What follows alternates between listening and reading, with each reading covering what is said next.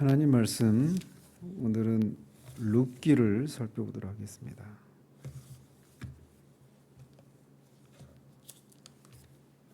룻기, 사사기 다음에 있는 성경이죠. 룻기 1장 16절, 17절, 2절 보도록 하겠습니다. 룻기 1장 16절, 17절, 2절 같이 읽겠습니다. 룻이 이르되 내게 어머니를 떠나며 어머니를 따르지 말고 돌아가라 강권하지 마옵소서. 어머니께서 가시는 곳에 나도 가고 어머니께서 머무시는 곳에서 나도 머물겠나이다.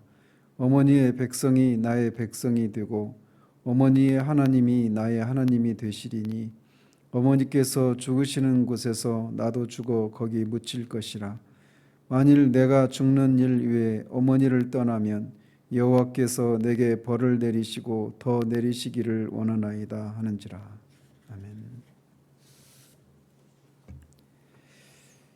아멘. 시편은 당분간 멈추고 학기에 이어서 룻기를 당분간 또 살피도록 하겠습니다. 이 룻기라고 하는 이 책 제목은 이 책의 중심 인물 중에 한 명인 룻이라고 하는 이 모압 여인의 이름을 따서 지은 제목입니다. 그리고 이 책의 저자가 누구인지에 대해서는 성경에 자세히 언급이 전혀 없습니다. 유대인들의 전승에 따르면 이 룻기의 저자가 사무엘 선지자다 이렇게 말을 하는데 그 주장도 타당해 보이지 않습니다. 왜냐하면 뒤에 4장 17절에서 그 마지막 절까지를 보면 룻기가 기록된 당시에 거기 보면 그 다윗의 이름이 나오는데 이 다윗이 그 룻기가 기록된 당시에 다윗이 그 생존에 있었고 특별히 그 다윗이 그 왕으로서 그렇게 있었을 때라고 하는 것을 이렇게 간접 넌지시 이렇게 암시되어 있는데 사무엘이 이스라엘의 왕으로서 다윗에게 기름을 부어주긴 했지만 다윗이 왕이 되기 전에 죽었기 때문에 사무엘이 룻기의 저자로 보기에는 타당치 않아 보입니다. 따라서 이제 이 룻기가 저작된 그런 시기를 추정해 보면 이 저자가 이 룻기 안에서 옛적 이스라엘 중에 실행되었던 기업 무르는 것과 관련된 풍습을 설명해 주고 있어요. 옛날에 이런 풍습이 있었다 이런 식으로 설명한단 말이죠. 그리고 1장 1절에 보면 룻기에 기록된 이 사건들이 사사들이 치리하던 때에 일어난 사건이다 이렇게 소개하고 있습니다. 즉 룻기 저자는 자신이 그 룻기를 기록할 그 당시와 그 사건들이 일어났던 때가 시간적으로 어느 정도 시간 간격이 있다라고 하는 것을 알려주고 있는 거죠. 그리고 또 4장 17절에서 말씀드린 것처럼 다윗이 언급되고 또 그의 간략한 족보가 이렇게 소개되고 있는 것으로 보아서 다윗이 왕위에 이른 후에 알려지지 않았던 저자에 의해서 쓰였을 것으로 추정이 됩니다. 이 룻기를 기록한 이 배경이 뭔가, 동기가 뭔가를 살펴보면 이 룻기에 나오는 그 다윗의 족보가 다윗까지만 나오는 것으로 보아서 아직 다윗이 왕으로 있었던 때에 기록된 것으로 보는 것이 타당하다고 말씀드렸는데 따라서 이 다윗이 이렇게 왕위에 있을 때 다윗의 조상 중에 한 사람의 이야기를 기록하고 있단 말이에요. 따라서 1차적으로는 룻기를 기록한 1차적인 그 기록의 목적은 다윗이 왕으로 임명된 것은 그가 어떤 뭐 군사적으로나 정치적으로 왕이 되려고 하는 그런 어떤 덕망이나 야망이 있어서 왕이 된 것이 아니라 이미 오래전부터 하나님의 그런 놀라운 그런 섭리에 의해서 그의 조상들에게 복을 주신 결과 다윗이 왕위에 오르게 되었다. 이 얘기를 말해주고 있는 겁니다. 그러면서 동시에 그러니까 다윗의 왕위가 하나님의 구속사적인 그런 섭리에 의해서 되어진 것이라고 하는 것을 말해주고 있는 거예요. 그러면서 동시에 저자는 룻기를 기록한 이 저자는 그런 의도를 가지고 있지 않았지만 자신 이런 의도를 그 1차적인 다윗의 왕위의 기원이 하나님의 구속사적인 섭리에 의해서 되어진 것이다라고 하는 것을 말해주기 위해서 기록했는데, 그러는 과정에 자신도 모르게 신약의 독자들인 우리에게 다윗의 자손으로 오신 메시아 예수 그리스도의 혈통에는 이런 하나님의 그 구속사적인 그런 놀라운 섭리가 있었음을 우리에게 말해주고 있는 겁니다. 한편 이 룻이라고 하는 이방 여인이 또 과부였던 이방 여인에다가 과부예요. 나중에 살펴보겠지만 이건 진짜 그야말로 철저히 아무것도 없는, 의지할 것이 없는 그런 전형적인 그런 사람이죠. 그런데 그런 여인이 놀라운 신앙 결단으로 여호와 신앙으로 개종한 것은 물론 자신보다 더 비참한 처지에 있는 시어머니 나오미를 헌신적으로 봉양하다가 개인적으로 복을 받고 나아가서 다윗과 세상의 구세주로 오신 예수님의 조상까지 되는 이 구속사적인 이런 복을 받는 이 사건, 이 일은 기생 라합의 경우와 동일한 그런 영적인 의미를 가지고 있습니다. 이 책에는 라합의 이름이 나오지 않는데 우리가 알다시피 라합은 여리고에 살고 있었던 기생이었죠. 기생이 정확한 원어는 창녀입니다. 창녀, 몸을 파는 여인이었어요. 그런데 이 라합이 이 룻기에는 나와 있지 않지만 이 나중에 룻하고 결혼을 해가지고 아이를 낳게 되는 그 보아스라고 하는 인물의 어머니입니다. 기생 라합이. 그래서 4장 21절에 보면 이 살몬이 보아스를 낳았다라고 말하는데 이 살몬이라고 하는 인물이 기생 라합에게 찾아갔던 두 명의 정탐꾼 중에 한 명이에요. 그렇게 해서 이방 여인이었으면서 동시에 창녀였던 라합이 유다 지파의 살몬과 결혼을 해서 이 룻과 결혼하게 될 이 보아스의 어머니가 됩니다. 그리고 나아가서 다윗과 이 예수님의 조상까지 되는 그런 복을 얻게 됩니다.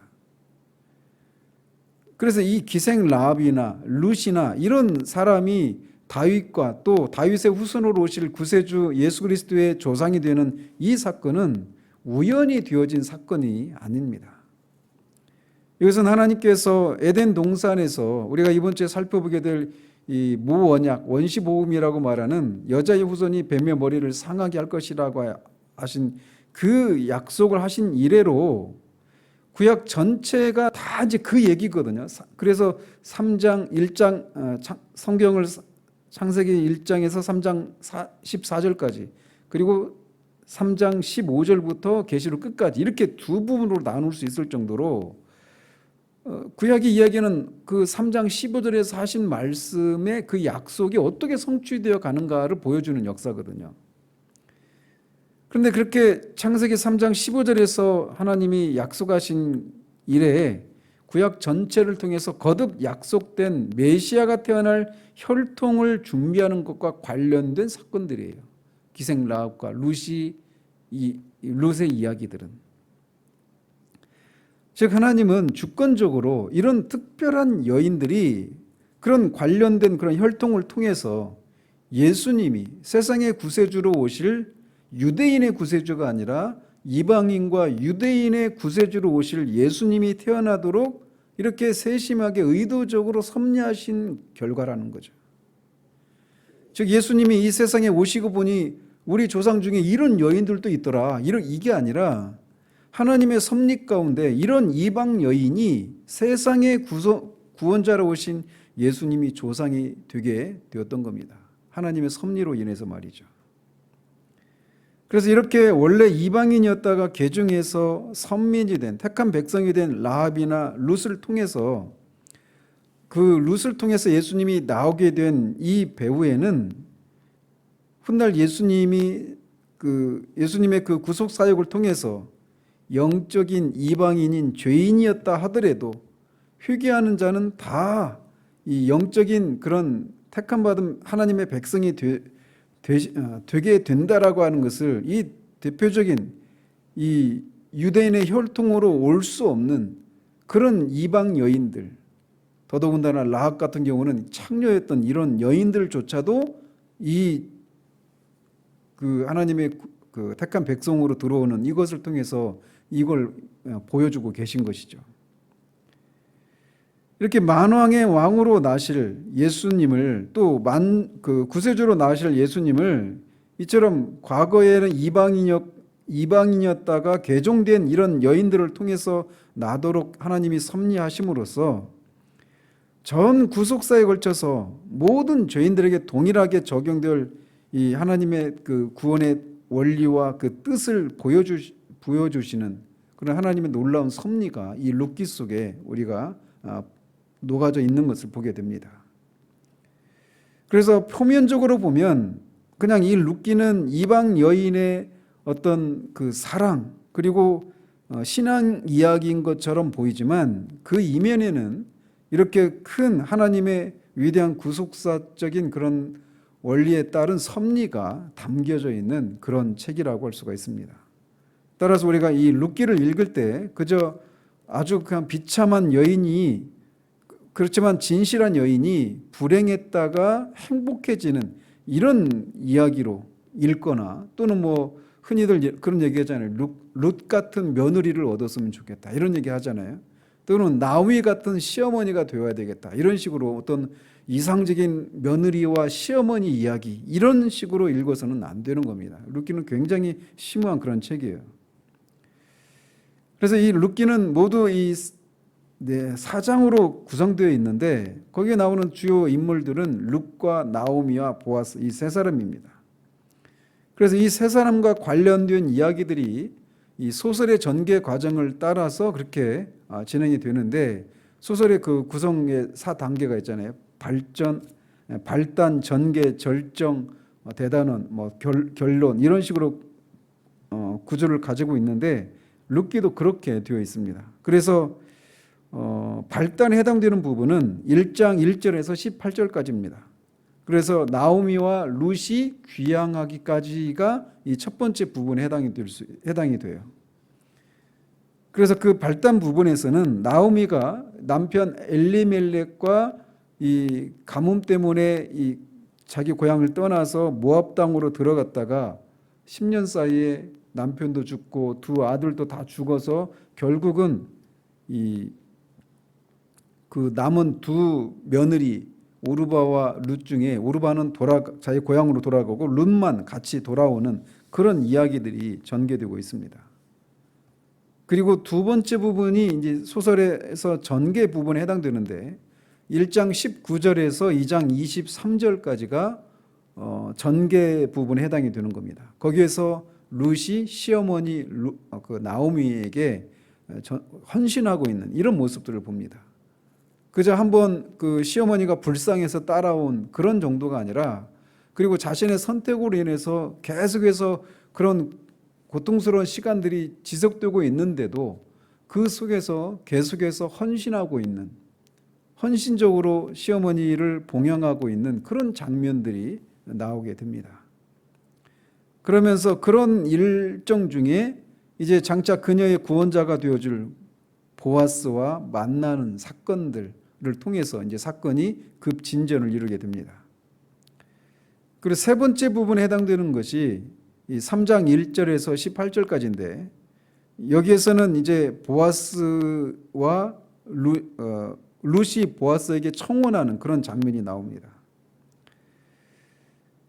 그래서 이제 거기에서는 그 율법의 규정이기도 하고 고대 근동의 일반적 풍습이기도 했던 이 계대 결혼법, 나중에 이제 그런 걸 더 상세히 살펴보겠는데 그걸 통해서도 예수 그리스도께서 그 예수 그리스도와 그것도 다 관련이 되어 있거든요. 그 내용은 이제 그 뒤에 가서 더 상세히 살펴보도록 합니다.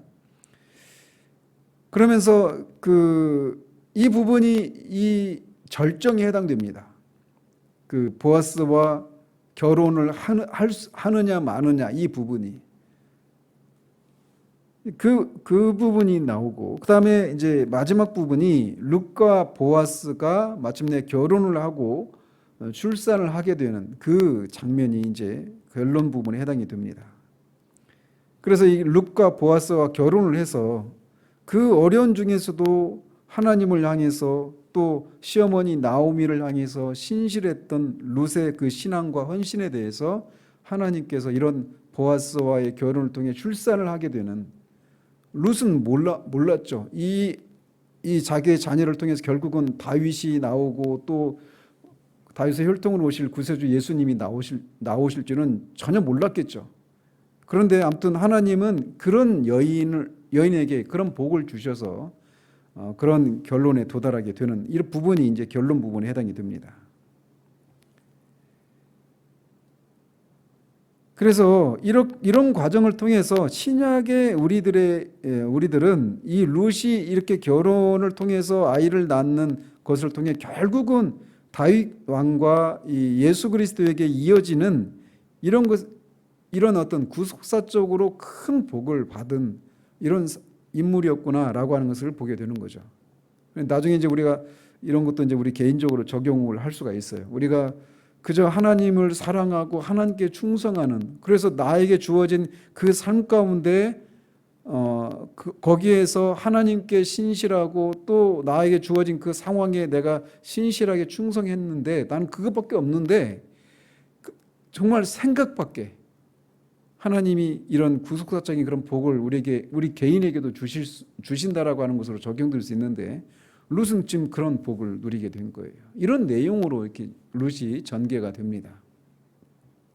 오늘은 이제 아침에 뭐 서론적인 부분만 말씀을 드리고 내일도 먼저 이렇게 룻기의 전체적인 주제가 무엇인지, 그리고 이 룻의 이야기가 현대를 살고 있는 신약의 성도들인 우리들에게는 어떤 의미가 있는지 등에 대해서 살피고 금요일부터 본격적으로 이 본문을 하나씩 이제 살펴가도록 하겠습니다.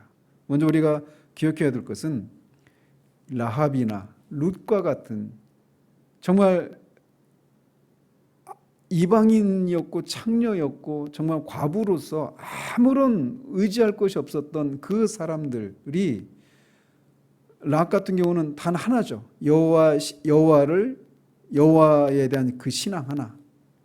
그리고 룻도 마찬가지로 하나님을 알게 되고 그 하나님에 대한 하나님께 충성하고 신실한 그런 삶을 살았을 뿐인데 정말 생각할 수도 없었던, 기대할 수도 없었던 그런 복을 누리게 되는 이것을 통해서 오늘 우리에게 주어진 이 삶 가운데서 우리가 정말 하나님을 사랑하기 때문에 그 하나님을 사랑하는 것 때문에 우리에게 주어진 그 삶 가운데 그냥 우리가 충성하는 것밖에 없었는데 그것을 사용하셔서 하나님이 우리가 생각할 수도 없고 기대할 수도 없는 그런 일들을 해 나가신다라고 하는 이 사실들을 기억하면서 오늘 이 하루에 우리에게 주어진 그 삶에 충성하는 그런 하루가 되어지기를 우리 주님 이름으로 축원드립니다.